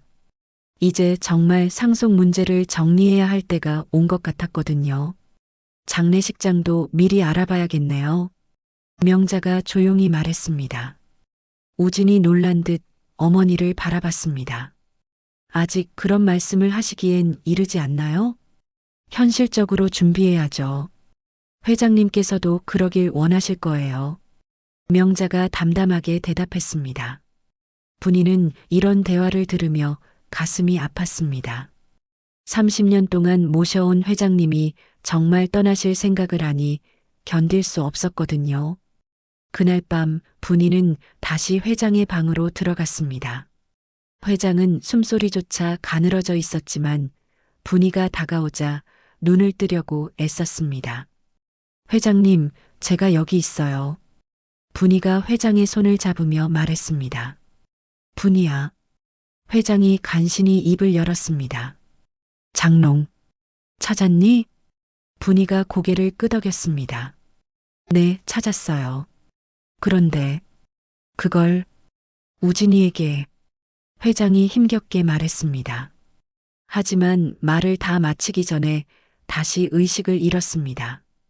분이는 밤새 회장 곁을 지켰습니다. 새벽이 되자 회장의 호흡이 더욱 약해졌고 결국 해가 뜨기 직전에 조용히 숨을 거두었습니다. 회장님, 분이가 작은 소리로 불렀지만 대답은 없었습니다. 분이는 눈물을 흘리며 회장의 눈을 감겨드렸습니다. 곧이어 우진과 명자가 급히 달려왔습니다. 의사가 와서 공식적으로 사망을 확인했고 집안은 순식간에 장례 준비로 분주해졌습니다. 장례식장에서 3일장이 치러지는 동안 많은 사람들이 조문을 왔습니다. 회사 임직원들과 지인들이 끊이지 않고 찾아왔죠. 그 와중에 상속에 대한 이야기들이 조용히 오가기 시작했습니다. 회장님이 남기신 재산이 상당할 텐데 어떻게 정리되나요? 한 지인이 명자에게 물었습니다. 명자가 자신 있게 대답했습니다. 이미 모든 게 정리되어 있어요. 회장님께서 살아계실 때 저를 주 상속자로 지정해 두셨거든요. 이 말을 들은 우진이 의아한 표정을 지었습니다. 어머니, 그런 이야기는 처음 듣는데요. 회장님께서 당신에게 따로 말씀하지 않으셨나 봐요. 하지만 분명한 사실이에요. 명자가 단호하게 말했습니다. 분이는 이런 대화를 들으며 불안했습니다. 회장이 마지막에 했던 말이 계속 맴돌았거든요. 그걸 우진이에게. 장례식이 끝나고 집으로 돌아온 첫날 밤 우진이 분이에게 조용히 말했습니다. 분이 아주머니, 아버지께서 돌아가시기 전에 특별한 말씀을 하지 않으셨나요? 분이가 잠시 망설였습니다. 사실대로 말해야 할지 아니면 조금 더 기다려야 할지 고민이 됐거든요. 아버지는 분명히 손편지로 뭔가를 쓰셨어요. 제가 직접 보았거든요. 우진이 확신에 찬 목소리로 말했습니다. 정말요? 분이가 놀란 듯 물었습니다. 네, 몇 달 전에 서재에서 편지지에 뭔가를 열심히 쓰고 계시는 걸 봤어요. 그때 제가 뭐 쓰시냐고 물어봤더니 중요한 거라고만 하셨거든요. 우진이 설명했습니다. 분이의 마음이 더욱 복잡해졌습니다. 그렇다면 장롱에서 찾은 그 봉투가 정말 중요한 유언장일 가능성이 높았거든요. 그날 밤 늦게 분이는 명자가 몰래 회장의 방에서 뭔가를 찾고 있는 모습을 목격했습니다. 명자는 서재 서랍을 하나하나 열어보며 무언가를 찾고 있었죠. 혹시 명자 씨도 유언장을 찾고 있는 건 아닐까? 분이는 숨을 죽이고 지켜봤습니다. 명자는 서재를 다 뒤진 후 침실로 이동했습니다. 그리고 장롱을 열어 안을 자세히 살펴봤습니다. 하지만 아무것도 찾지 못한 듯 실망한 표정을 지으며 방을 나갔습니다. 분이는 가슴이 두근거렸습니다. 명자가 찾던 게 바로 자신이 며칠 전에 본 그 봉투일 가능성이 높았거든요. 그런데 왜 명자는 그 봉투를 찾지 못했을까요? 사실 분이는 며칠 전에 봉투를 발견한 후 뭔가 불안한 마음에 그것을 자신의 작은 방으로 옮겨놨던 것입니다. 혹시나 해서 임시로 보관해 둔 건데 지금 생각해 보니 그게 다행이었던 것 같았죠. 분이는 자신의 방으로 돌아가 서랍 깊숙한 곳에 숨겨둔 봉투를 꺼냈습니다. 회장의 손글씨로 쓰인 내 최종 유언이라는 글자가 달빛에 희미하게 보였습니다. 이걸 정말 열어봐야 하는 걸까? 분이는 봉투를 들고 한참을 고민했습니다. 회장의 마지막 말씀이 계속 머릿속을 맴돌았거든요. 결국 분이는 조심스럽게 봉투를 열어보기로 했습니다.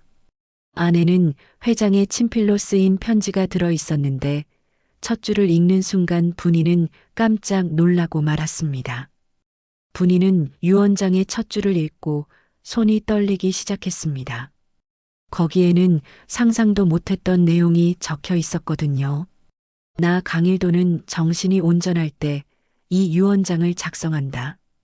본인의 모든 재산은 첫째 아들 우진과 과거 딸로 입양했다가 사정으로 출생 기록을 지운 정분이에게 절반씩 나눠준다. 분이는 편지를 읽다가 멈칫했습니다. 딸로 입양했다가 출생 기록을 지운 정분이라는 문장이 이해되지 않았거든요. 자신이 회장의 딸이었다고요? 그런 기억은 전혀 없었는데 말입니다. 분이는 계속해서 유언장을 읽어 내려갔습니다. 그 안에는 더욱 충격적인 내용들이 담겨 있었죠. 분이는 내가 젊은 시절 사랑했던 여인과의 사이에서 태어난 딸이다. 하지만 당시 회사 내부의 반발과 가문의 압력으로 분이를 고아원에 맡겼고 나중에 양녀로 입적했다가 다시 기록을 말소했다. 이는 평생 내가 지고 가야 할 죄책감이었다. 분이는 믿을 수 없다는 표정으로 편지를 바라봤습니다. 자신이 30년 동안 가정부로 일했던 이 집이 사실은 친아버지의 집이었다는 말인가요? 분이야, 내가 이 편지를 읽고 있다면 내가 이미 세상을 떠났다는 뜻이겠구나. 아버지로서 너에게 제대로 해준 것이 없어 미안하다. 하지만 적어도 내가 받아야 할 몫은 돌려주고 싶었다. 분이의 눈에서 눈물이 흘러내렸습니다. 회장이 가끔 자신을 바라보는 따뜻한 시선, 다른 사람들과는 다른 특별한 관심, 그 모든 것들이 이제야 이해됐거든요. 하지만 동시에 혼란스러웠습니다. 정말 자신이 회장의 딸이라면 왜 아무런 기억이 없는 걸까요? 고아원에 있었다는 것도 양녀로 입적됐다는 것도 전혀 기억나지 않았습니다. 분이는 유언장을 다시 읽어봤습니다. 마지막 부분에는 이런 내용이 있었죠. 이 유언장은 법적 효력을 가지도록 작성했으며 증인으로는 나의 오랜 친구인 김동훈 변호사와 이정석을 세웠다. 분이와 우진이 서로 도우며 행복하게 살기를 바란다. 그제야 분이는 왜 이정석이 며칠 전에 유 원장을 찾으러 왔는지 이해할 수 있었습니다. 그는 회장이 정말로 유 원장을 작성했다는 사실을 알고 있었던 거죠. 분이는 밤새 잠을 이루지 못했습니다. 유 원장의 내용이 사실이라면 자신의 인생이 완전히 바뀌는 것이었거든요. 하지만 정말로 믿어도 되는 걸까요? 다음 날 아침 명자는 일찍부터 변호사 사무실에 다녀왔습니다. 상속 절차를 서두르려는 것 같았죠. 우진 씨, 오늘 오후에 변호사 사무실에 같이 가시죠. 상속 문제를 정리해야 해요. 명자가 말했습니다. 우진이 고개를 끄덕였습니다. 네, 그러죠. 그런데 정말 아버지가 따로 남기신 말씀은 없는 건가요? 없다고 했잖아요. 있다면 제가 모를 리 없어요. 명자가 단호하게 답했습니다. 분이는 이런 대화를 들으며 마음이 복잡했습니다. 유 원장을 공개해야 할지 아니면 조금 더 시간을 두고 생각해야 할지 고민됐거든요. 오후에 명자와 우진이 변호사 사무실에 간 사이 분이는 다시 유 원장을 꺼내 자세히 살펴봤습니다. 회장의 손글씨가 틀림없었고 내용도 구체적이었습니다. 그때 갑자기 이정석이 다시 집을 찾아왔습니다. 분희 씨, 안녕하세요. 우진이와 사모님은 안 계신가요? 정석이 물었습니다. 변호사 사무실에 가셨어요. 분희가 대답했습니다. 정석의 표정이 급해졌습니다. 그럼 안 되는데요. 회장님의 유 원장을 먼저 확인해야 하거든요. 분희가 망설이다가 조심스럽게 물었습니다. 혹시 이 비서님도 그 유 원장에 대해 자세히 아시나요? 정석이 고개를 끄덕였습니다. 네, 제가 증인 중 한 명이거든요. 회장님께서 몇 년 전에 직접 작성하셨어요. 그럼 내용도 아시나요? 분희가 더욱 조심스럽게 물었습니다. 정석이 분희를 자세히 바라봤습니다. 분희 씨, 혹시 유 원장을 찾으셨나요? 분희는 잠시 망설이다가 고개를 끄덕였습니다. 네. 회장님이 돌아가시기 전에 장롱 이야기를 하셔서 어디 있나요? 빨리 가져와야 해요. 정석이 급하게 말했습니다. 분희가 자신의 방에서 유 원장을 가져왔습니다. 정석이 그것을 보자 안도의 표정을 지었습니다. 맞습니다. 이게 회장님의 진짜 유 원장이에요. 정석이 확신에 찬 목소리로 말했습니다. 그런데 이 비서님, 여기에 제가 회장님의 딸이라고 나와 있는데 이게 정말인가요? 분희가 떨리는 목소리로 물었습니다. 정석이 무겁게 고개를 끄덕였습니다. 네, 사실입니다. 분희 씨는 회장님의 친딸이에요. 하지만 복잡한 사정으로 그 사실이 숨겨졌던 거죠. 분희는 다리에 힘이 빠져 주저앉을 뻔했습니다. 정말로 자신이 회장의 딸이었다니요. 그럼 왜 제가 기억을 못하는 건가요? 분희가 물었습니다. 분희 씨가 너무 어렸을 때 일이었어요. 그리고 회장님께서 모든 기록을 지우셨거든요. 외부에 알려지면 안 되는 상황이었으니까요. 정석이 설명했습니다. 그때 현관문이 열리는 소리가 들렸습니다. 명자와 우진이 돌아온 것 같았죠. 정석이 분희에게 급히 말했습니다. 이 유 원장을 우진 씨에게 보여줘야 해요. 지금 당장요. 분희가 유 원장을 품에 안고서 거실로 나갔습니다.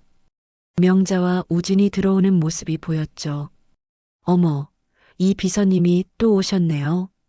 명자가 못마땅한 표정을 지었습니다. 우진이 인사했습니다. 이 삼촌, 무슨 일로 오셨어요? 정석이 심각한 표정으로 말했습니다. 우진아, 내가 꼭 봐야 할 게 있어. 분희 씨가 찾아낸 거야. 분희는 떨리는 손으로 유 원장을 우진에게 내밀었습니다. 우진님, 이거 회장님이 남기신 편지예요. 우진이 유언장을 받아들고 읽기 시작했습니다. 그의 표정이 점점 놀라움으로 변해갔죠.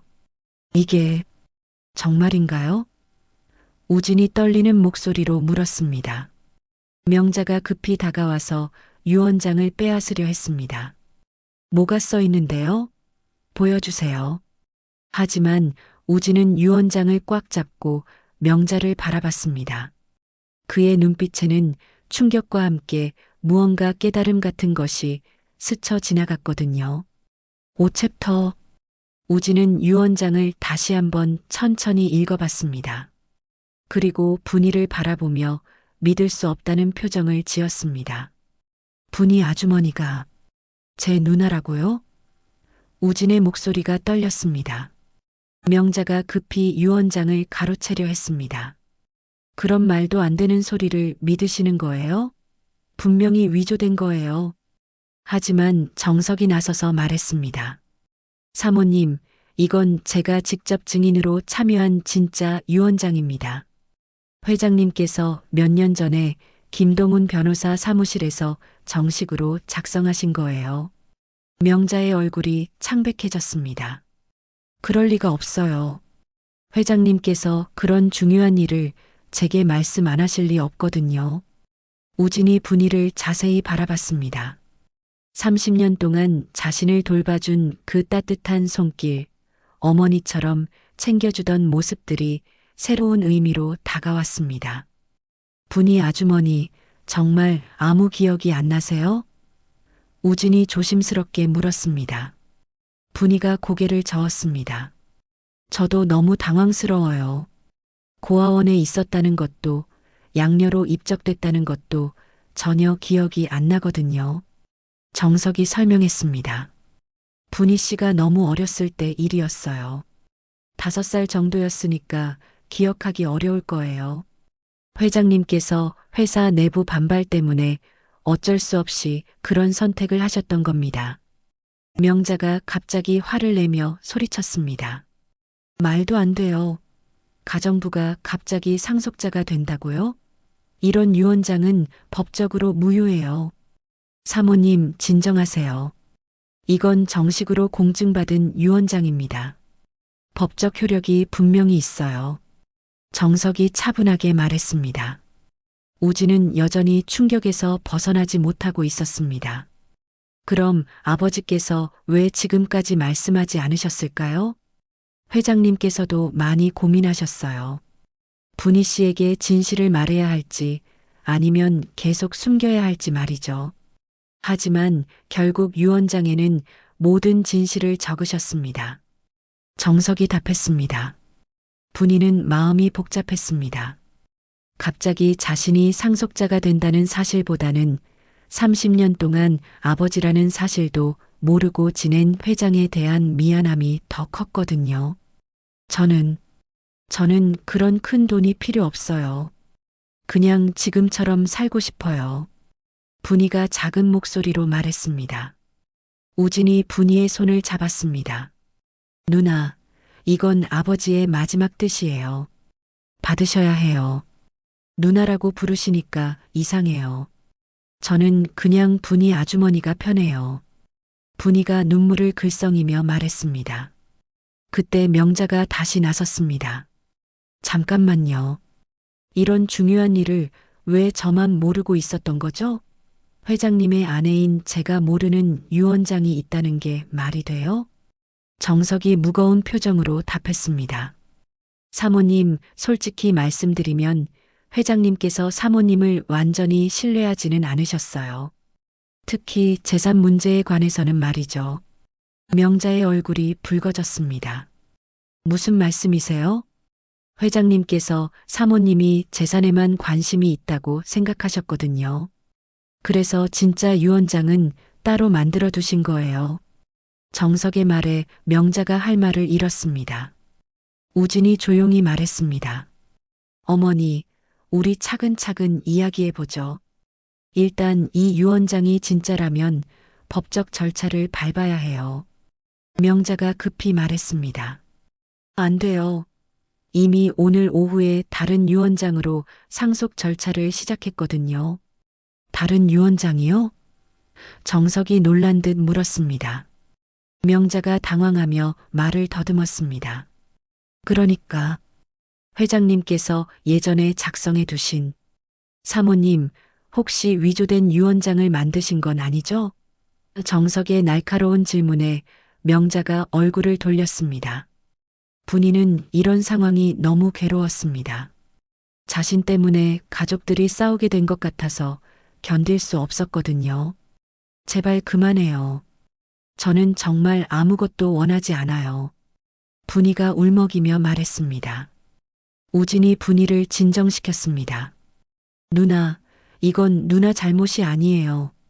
아버지의 뜻을 따르는 게 맞아요. 그때 갑자기 전화가 울렸습니다.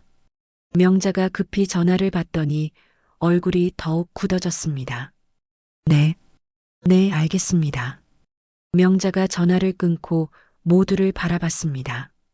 변호사가 오늘 진행한 상속 절차에 문제가 있다고 하네요. 다시 와서 확인하자고 해요. 정석이 고개를 끄덕였습니다. 당연히 그럴 거예요. 진짜 유언장이 있는데 가짜로 절차를 밟으려고 했으니까요. 명자가 절망적인 표정을 지었습니다. 이럴 줄 알았으면. 어머니, 무슨 말씀이세요? 우진이 의아하게 물었습니다. 그때 분이가 갑자기 어지러움을 느끼며 벽에 기댔습니다. 하루 종일 충격적인 일들이 연속으로 일어나면서 몸과 마음이 지쳐 있었거든요. 분이 아주머니, 괜찮으세요? 우진이 급히 분이를 부축했습니다. 괜찮아요. 그냥 좀 어지러워서. 분이가 힘없이 말했습니다. 정석이 걱정스럽게 말했습니다. 분이 씨, 오늘은 너무 충격이 컸을 거예요. 좀 쉬시죠. 하지만 분이는 계속 어지러움을 호소했습니다. 급기야 의식을 잃고 쓰러질 뻔했죠. 분이 아주머니. 우진이 분이를 잡으며 소리쳤습니다. 명자는 이런 상황을 보면서도 여전히 유언장만 바라보고 있었습니다. 마치 그것을 없애버릴 방법을 생각하는 것 같았죠. 정석이 급히 말했습니다. 우진아, 분이 씨를 병원에 데려가야겠어. 너무 충격이 컸나 봐. 우진이 분이를 부축하며 일으켜 세웠습니다. 누나, 괜찮아요? 병원 가시죠. 분이가 간신히 고개를 끄덕였습니다. 하지만 마음 한편으로는 이 모든 상황이 너무 부담스러웠습니다. 자신이 평생 모르고 살았던 진실이 갑자기 드러나면서 어떻게 받아들여야 할지 모르겠었거든요. 우진과 정석이 분이를 부축해서 밖으로 나가려는 순간 명자가 뒤에서 조용히 유언장을 바라보며 무언가를 계획하는 듯한 표정을 짓고 있었습니다. 병원에서 검사를 받은 분이는 극도의 스트레스로 인한 일시적인 현기증이라는 진단을 받았습니다. 의사는 충분한 휴식을 취하라고 권했죠. 분이 아주머니, 오늘은 병원에서 하룻밤 지내시는 게 좋겠어요. 우진이 걱정스럽게 말했습니다. 분이가 고개를 저었습니다. 괜찮아요. 집에 가서 쉬고 싶어요. 하지만 상태를 더 지켜봐야. 우진이 말하려던 순간 분이가 갑자기 그의 손을 잡았습니다. 우진님, 그 유언장 정말 어떻게 해야 할까요? 저는 정말 모르겠어요. 분이의 목소리에는 깊은 혼란이 담겨 있었습니다. 우진이 분이의 손을 꽉 잡으며 말했습니다. 누나, 일단 집에 가서 천천히 생각해봐요. 아버지의 뜻이니까 무작정 거부할 일은 아니에요. 정석이 옆에서 말했습니다. 분이 씨, 내일 김동훈 변호사를 만나보시죠. 유언장의 법적 절차와 의미를 정확히 설명해 드릴 거예요. 집으로 돌아가는 길에 우진은 계속 분이를 걱정스럽게 바라봤습니다. 30년 동안 어머니처럼 따랐던 분이가 사실은 자신의 누나였다는 사실이 아직도 믿어지지 않았거든요. 분이 아주머니, 아니 누나. 우진이 조심스럽게 말을 시작했습니다. 혹시 어릴 때 기억나는 게 정말 아무것도 없으세요? 분이가 창밖을 바라보며 천천히 대답했습니다. 가끔 꿈에서 큰 집과 따뜻한 품이 나오긴 해요. 하지만 그게 진짜 기억인지 꿈인지 구분이 안 됐거든요. 그럼 그게 우리 집일 수도 있겠네요. 우진의 목소리가 부드러워졌습니다. 집에 도착했을 때 명자는 보이지 않았습니다. 정석이 말했습니다. 사모님이 급히 어디 가셨나 봐요. 아까 전화 받고 나가시더라고요. 우진이 의아해했습니다. 어디 가셨을까요? 그때 분이가 갑자기 불안한 표정을 지었습니다. 혹시 유 원장 때문에 뭔가 하시는 건 아닐까요? 정석의 표정이 심각해졌습니다. 설마 위조 유 원장을 더 완벽하게 만들려고 하는 건 아니겠죠? 우진이 놀라며 물었습니다. 위조 유 원장이요? 오늘 오후에 사모님이 진행한 상속 절차가 의심스러웠어요. 진짜 유 원장도 모르는 상황에서 어떻게 그런 절차를 밟을 수 있었겠어요? 정석이 설명했습니다. 분이는 이런 이야기를 듣고 더욱 괴로워했습니다. 자신 때문에 가족들 사이에 이런 일이 벌어지고 있다는 생각이 들었거든요. 제가 그냥 유 원장을 포기하면 안 될까요? 분이가 조용히 물었습니다. 안 돼요, 누나. 우진이 단호하게 말했습니다. 이건 아버지의 마지막 뜻이에요. 그리고 누나가 받을 당연한 권리기도 하고요. 밤이 깊어가도 명자는 돌아오지 않았습니다. 우진은 계속 전화를 걸어봤지만 받지 않았죠. 이상하네요. 평소 같으면 벌써 돌아왔을 시간인데. 우진이 걱정스럽게 말했습니다.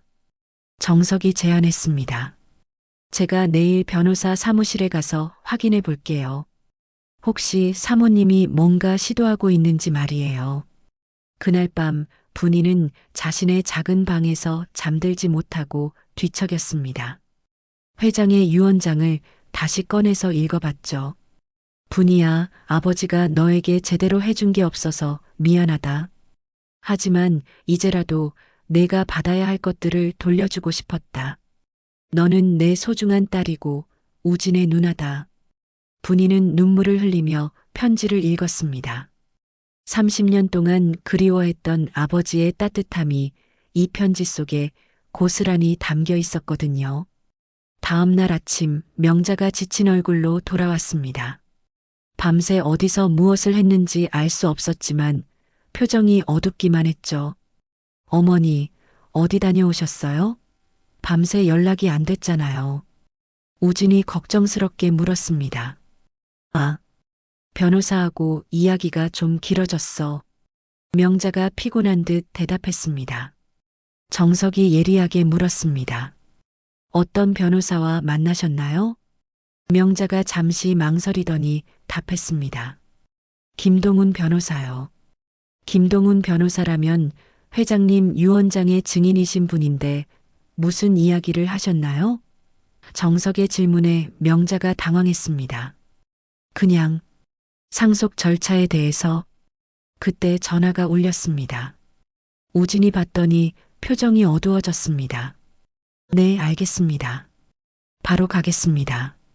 우진이 전화를 끊고 모두를 바라봤습니다. 김동훈 변호사 사무실에서 긴급하게 오라고 하네요. 유언장 관련해서 중요한 이야기가 있다고. 명자의 얼굴이 창백해졌습니다. 뭔가 들킬까봐 불안한 것 같았죠. 변호사 사무실에 도착하자 김동훈 변호사가 심각한 표정으로 맞이했습니다. 어제 밤에 사모님이 오셔서 유언장을 무효화하려고 시도하셨더군요. 하지만 이미 정식으로 공증받은 유언장을 무효화할 수는 없습니다. 명자가 당황하며 말했습니다. 저는 그냥 확인하러 간 거예요. 사모님, 어젯밤에 위조된 유언장을 가져오셔서 이걸로 바꿔달라고 하셨잖아요. 변호사의 말에 모든 사람이 충격을 받았습니다. 우진이 믿을 수 없다는 표정으로 명자를 바라봤습니다. 어머니, 정말 그런 일을 하신 거예요? 명자가 급히 변명했습니다. 아니야, 그런 게 아니라 진짜 유언장이 있는지 확인해 보려고 했던 거야. 변호사가 서랍에서 서류를 꺼내며 말했습니다.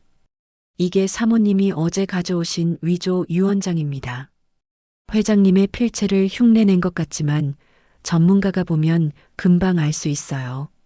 분이는 이 모든 상황을 보며 가슴이 아팠습니다. 자신 때문에 이런 일들이 벌어지고 있다는 생각에 견딜 수 없었거든요. 저는 정말 상속을 포기하고 싶어요. 분이가 떨리는 목소리로 말했습니다. 하지만 변호사가 고개를 저었습니다. 분이 씨, 이건 이미 법적 절차가 시작된 사안입니다. 그리고 회장님의 명확한 의사표시이기도 하고요. 포기할 수 있는 단순한 문제가 아니에요. 우진이 분이의 손을 잡으며 말했습니다. 누나, 이제 그만 고민하세요. 아버지의 뜻을 받아들이시는 게 맞아요. 명자는 모든 것이 들통난 상황에서 절망적인 표정을 지을 수밖에 없었습니다. 6개월이 지났습니다. 서울 근교의 그 오래된 저택은 이제 완전히 다른 모습을 하고 있었습니다. 분이는 상속받은 재산으로 집을 리모델링했지만 화려하게 꾸미지는 않았습니다. 대신 따뜻하고 편안한 분위기로 바꿔놨죠. 가장 큰 변화는 1층에 새로 만든 작은 상담실이었습니다. 분이는 상속받은 재산의 상당 부분을 들여 희망 여성 복지재단을 설립했거든요. 어려운 처지에 있는 중장년 여성들과 소외된 사람들을 돕는 일을 시작한 것입니다. 분이 선생님, 오늘도 상담 신청이 많이 들어왔어요. 재단에서 일하는 젊은 직원이 말했습니다. 분이는 이제 사람들이 자신을 선생님이라고 부르는 것에 조금씩 익숙해지고 있었습니다. 하지만 여전히 소박한 옷차림과 겸손한 마음가짐은 변하지 않았죠. 네, 한 분씩 천천히 만나보죠. 급할 것 없어요. 분이가 미소 지으며 답했습니다. 상담실에서 나와 정원을 거닐던 분이는 벤치에 앉아 있는 우진을 발견했습니다. 우진은 요즘 회사 일로 바쁘면서도 틈틈이 이 집을 찾아왔습니다. 우진님, 오늘은 일찍 오셨네요. 분이가 다가가며 말했습니다. 누나 보고 싶어서 일찍 끝내고 왔어요. 우진이 환하게 웃었습니다. 이제는 자연스럽게 누나라고 부르고 있었죠. 회사 일은 어때요? 많이 힘들죠? 분이가 우진 옆에 앉으며 물었습니다.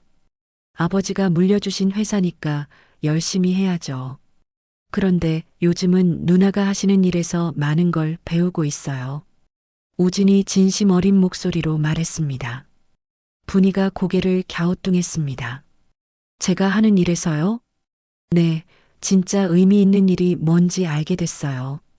돈을 버는 것보다 사람들에게 도움이 되는 일이 훨씬 값진 것 같아요. 우진의 말에 분이가 뿌듯한 미소를 지었습니다. 그때 저택 앞으로 검은 승용차 한 대가 다가왔습니다. 차에서 내린 사람은 명자였습니다. 명자는 6개월 동안 이 집에 오지 않았는데 오늘 갑자기 나타난 것이었죠. 명자는 예전보다 많이 초라해 보였습니다. 화려했던 옷차림도 소박해졌고 표정도 많이 지쳐 보였습니다. 어머니? 우진이 놀라며 일어났습니다. 명자는 잠시 망설이더니 분이에게 다가왔습니다. 분이 씨, 이야기 좀 할 수 있을까요? 분이가 고개를 끄덕였습니다. 물론이죠. 안으로 들어가시죠. 거실에 앉은 명자는 한참 동안 말을 꺼내지 못했습니다. 그러다가 마침내 입을 열었습니다. 분이 씨, 그동안 너무 심한 말을 했어요. 사과하고 싶어서 왔습니다. 명자의 목소리가 떨렸습니다. 분이가 놀란 표정을 지었습니다. 사모님, 제가 욕심이 너무 컸던 것 같아요. 회장님 재산에만 눈이 멀어서 정작 중요한 걸 놓쳤더라고요. 명자가 고개를 숙였습니다. 우진이 어머니를 바라보며 말했습니다. 어머니, 무슨 일이 있으셨어요? 명자가 한숨을 내쉬며 답했습니다. 혼자 지내면서 많은 생각을 했어요. 회장님이 왜 분희 씨를 그렇게 아꼈는지, 왜 유원장에 그런 내용을 쓰셨는지 이제야 알겠더라고요. 분희가 조심스럽게 물었습니다. 어떤 걸 깨달으셨나요? 분희 씨는 30년 동안 이 집에서 누구보다 진심으로 가족을 돌봤어요.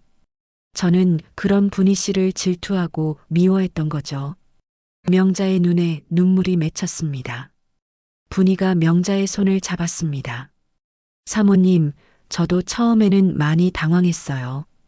갑자기 상속자가 된다는 게 믿어지지 않았거든요. 그런데 지금 보니까 분희 씨가 그 재산을 어떻게 쓰고 있는지 알겠어요. 정말 의미 있는 일을 하고 계시더라고요. 명자가 주변을 둘러보며 말했습니다. 우진이 부드럽게 말했습니다. 어머니도 원하시면 누나가 하는 일을 도우실 수 있어요. 명자가 깜짝 놀라며 물었습니다. 저도 도울 수 있나요? 분희가 환하게 웃었습니다. 물론이죠. 사모님의 경험과 지혜가 필요해요. 많은 여성분들이 사모님과 비슷한 고민을 하고 계실 테니까요. 명자의 얼굴에 희망의 빛이 스쳤습니다. 정말 그래도 될까요? 우리 이제 진짜 가족이잖아요. 분희가 따뜻하게 말했습니다. 몇 달 후 명자는 재단에서 중년 여성 상담을 담당하게 됐습니다. 자신의 경험을 바탕으로 비슷한 처지의 여성들을 도우는 일이었죠. 어느 따뜻한 오후 세 사람은 정원의 벤치에 나란히 앉아 담소를 나누고 있었습니다. 회장님이 보고 계신다면 정말 기뻐하실 것 같아요. 우진이 하늘을 바라보며 말했습니다. 분희가 고개를 끄덕였습니다. 아버지께서 마지막에 하신 말씀이 이제야 이해돼요. 우진이에게라고 하신 건 단순히 유언장을 전하라는 게 아니라 우리가 함께 행복하게 살라는 뜻이었던 것 같아요. 명자가 미소 지으며 말했습니다. 저도 이제야 진짜 가족이 뭔지 알겠어요. 혈연이나 돈이 아니라 서로를 진심으로 아끼는 마음이 가족을 만드는 거였네요. 해가 저물어가는 정원에서 세 사람의 대화가 계속됐습니다.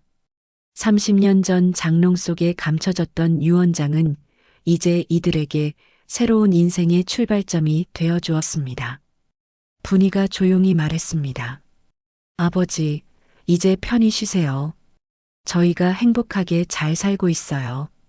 저녁 노을이 저택을 물들이는 가운데 장롱 속 유언장으로 시작된 이야기는 진정한 가족의 사랑으로 아름답게 마무리되고 있었습니다.